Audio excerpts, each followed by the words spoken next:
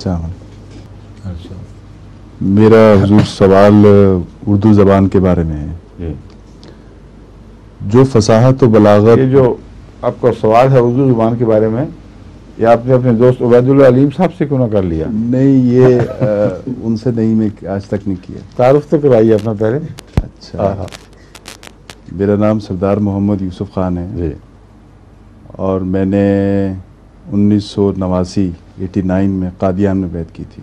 ماشاء اللہ. آپ جلسے پہ علیم صاحب کے ساتھ گئے ہوئے تھے؟ جی، علیم صاحب کے ساتھ، انہیں کے ذریعے سے یہ سارا. ماشاء اللہ. تو میں سوال آپ سے پوچھتا ہوں، جو دینی امور میں فصاحت و بلاغت ہم اردو کی حضرت مسیح موعود کے علم الکلام میں دیکھتے ہیں، کیا اس زمانے میں یا کسی اور زمانے میں اردو کو کچھ ایسے درجات یا کچھ ایسی اہمیت ملے گی جو اس زمانے کے لوگ بھی اس کو مانتے تھے اور اب اس زمانے کے بعض شریف لوگ مانتے ہیں؟ اس کا تعلق تو احمدیت کے غلبے سے ہے. جہاں حضرت مسیح السلام کا پیغام پہنچے گا وہاں آپ کی کتب پڑھنے کا شوق بھی بڑھے گا، اور تراجم سے جو تھوڑا سا تعارف ہوگا وہ پیاس بجھا نہیں سکتا.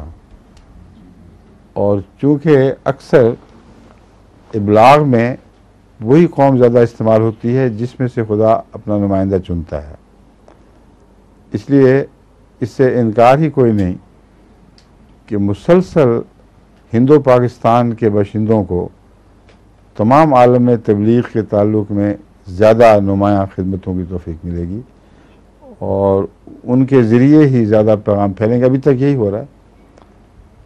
جرمنی میں بھی جو انقلاب آیا ہے ماشاءاللہ، بوسنینز میں اور البینیز وغیرہ میں، ہر جگہ پاکستانیوں نے شروع کیا تھا. جو پہلے پاکستانی تھے اب جرمن ہو گئے.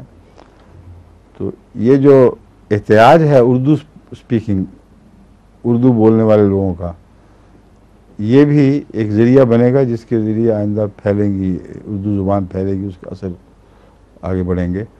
اور اس میں عربی کی مثال ہے. عربی دیکھیں کہاں کہاں جا پہنچی ہے، مگر زبان کی خاطر اور زبان کے طور پر نہیں، بلکہ ایک مذہبی مضامین کو کوزوں میں بند کر کے آگے پہنچانے والا ذریعہ بنی ہے. ٹھیک ہے.